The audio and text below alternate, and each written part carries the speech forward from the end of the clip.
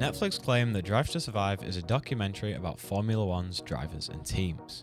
But do they really tell the truth? Today I'm going to show you how Netflix twists reality to entertain over inform. It's very easy to tell where Netflix are adding their own twists to real life events, as all of Formula One is broadcasted on Sky Sports. For example, let's take a look at some of the team radios from the drivers. I'm going to take yourselves out, man. Can Norris go around the outside? It's forced me off. The two Ferraris, Sebastian Vettel and Charles Leclerc make contact. My God, Now these radios may seem innocent enough at first, but let's take a further look. In the first clip, Lando Norris and teammate Daniel Ricciardo battle it out on the first lap, where we hear Norris say, Norris actually clears this up in a YouTube video, where he explains how Netflix faked a rivalry between himself and Ricciardo. You know, they made it out like we're biggest enemies here. They said, I think they make it so I say he pushed me off. Listen. It's forced me off. He's forced me off. That wasn't even from this race. From a different race, yeah. Yeah. Or different part of the race. And they make it, it's not even near me. Look, it's not even near me. The second clip, where the two Ferraris collide, is the same story. While they do crash into each other, and an angry reaction is expected, this wasn't their genuine reaction.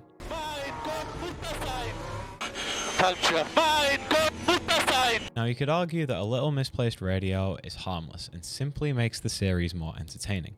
But it gets more significant when they're shaping drivers to be perceived in a certain way. Let's look at Drive to Survive Season 4, Episode 3. We're in the middle of an intense rivalry between the two championship contenders, Max Verstappen of Red Bull and Lewis Hamilton of Mercedes. At the British Grand Prix, Hamilton crashes into the side of Verstappen, taking him out of the race. In Drive to Survive, as soon as the crash happens, we hear Hamilton asking on the radio if Max is okay. Is Max okay? Showing that Hamilton is a respectful and caring driver. However, in reality, it takes Lewis 2 minutes of complaining about the crash before asking if Max is okay. Is Max okay? This manipulation of the radios creates a false impression for fans of Drive to Survive on what kind of person Verstappen and Hamilton are. This is further shown when Will Buxton, a presenter on Drive to Survive, says this. Max Verstappen and Lewis Hamilton, they're polar opposites. Lewis is an incredibly clean racer. He rarely gets himself into controversies or scrapes. By Lewis.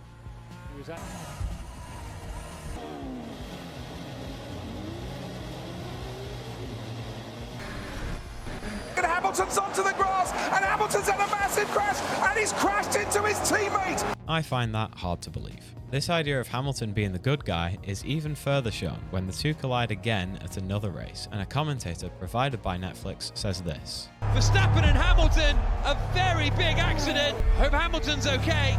We didn't hear any kind of empathy for Max's crash, but for Lewis's, we do. Once again, representing Hamilton to be the good guy and Verstappen to be the bad guy. While Verstappen and Hamilton's rivalry on Drive to Survive has foundation, this next rivalry is completely made up.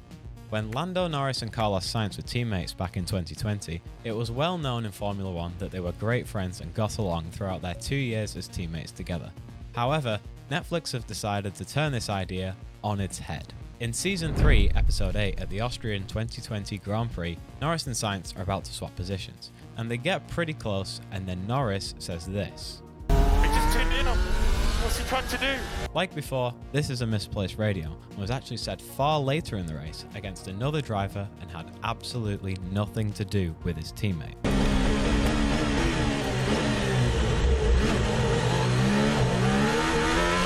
He just tuned in on. What's he trying to do?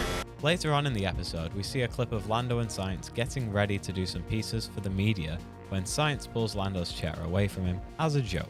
By simply putting in some dramatic music and some rises in this clip, Netflix have made it seem like Lando is furious with Sainz. However, if you listen closely, you can hear Lando laughing about it. His laugh just gets cut short. Oh, he's violated you there. He got me. Actually, just injured me, mate. The gloves are off between those two. What? Gloves are off between me and Carlos, man. You should have seen us behind closed doors. Next up on the list of why does Drive to Survive make everything up is continuity.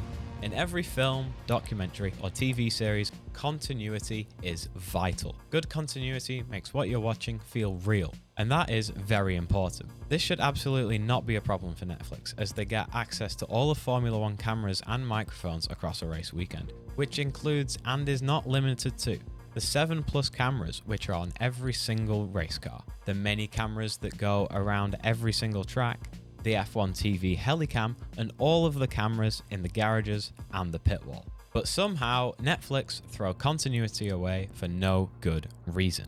In Season 4, Episode 4, we're at the Russian Grand Prix, and a Russian Haas driver, Nikita Mazepin, says this. I saw the clouds building up and getting darker and darker, and I don't know, the clouds in Russia are different. As you can see, as he's saying this, they show a weather radar, but this weather radar is not in Russia. This is from Spa-Francorchamps, which is in Belgium.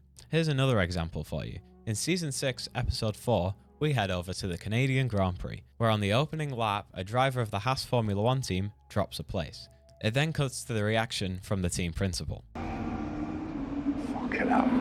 That reaction seems a little unnecessary for a driver losing a place within the first 2 corners of the race. That's because that shot isn't even from this particular race. It's from the Belgian Grand Prix, which you can tell because the map of the track is right on the screen in front of the audience. And this isn't just a one-time occurrence though. Later in the same episode, we head to New Mexico, where a Williams driver is talking with their crew in the garage about the car. And once again, as clear as day, a continuity error.